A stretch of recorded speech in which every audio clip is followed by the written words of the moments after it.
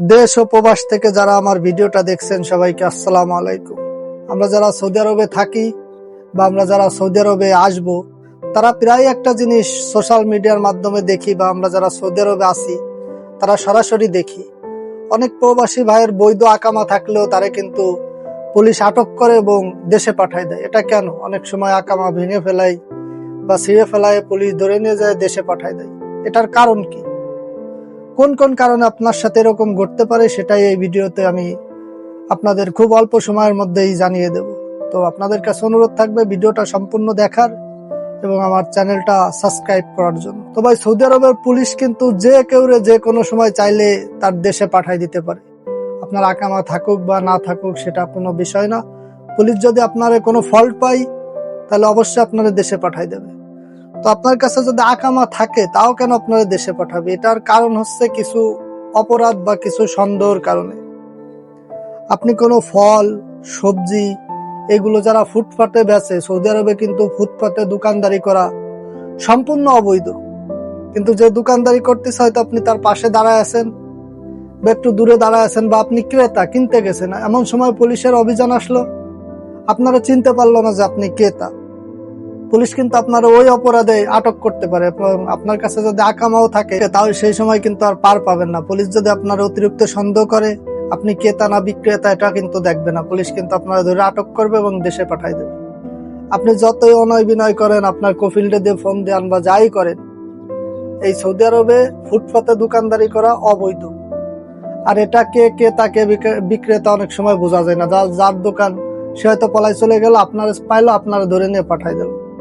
এরকম অহরহ হইতে পারে।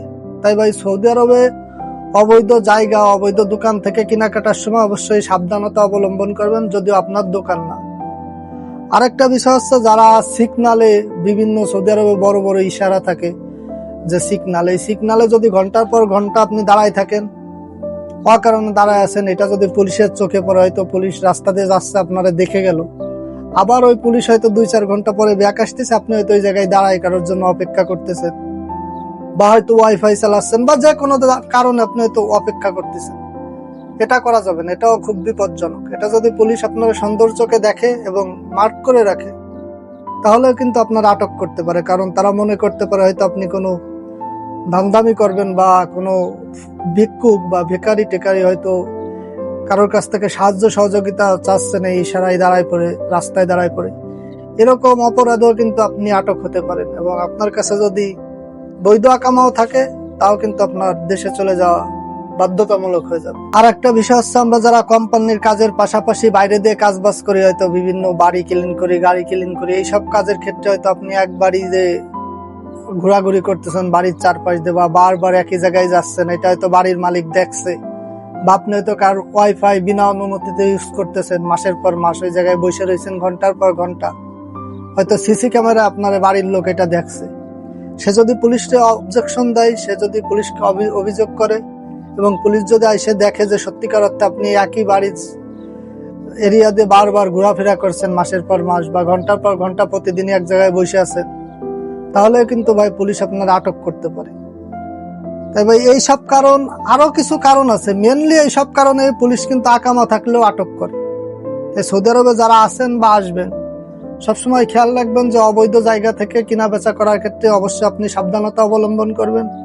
রাস্তাঘাটে বা ট্রাফিক যে সিগন্যাল আছে এই সব জায়গায় অহেতুক দাঁড়াবেন না। কারোর জন্য যদি অপেক্ষা করতে হয় তাহলে একটু সরে নড়ে কোনো সুপার শপ বা ভালো কোনো দোকানের পাশে যে আপনি বসতে পারেন। আর তৃতীয়ত, আপনি কোনো বাড়ি ঘর বা কোনো জায়গায় কাজ করলে একই জায়গায় বারবার যাবেন না, যাতে মানুষের ডিস্টার্ব হয়, বা কারোর ওয়াইফাই মাসের পর মাস চালানোর জন্য একই জায়গায় বসে থাকবেন না।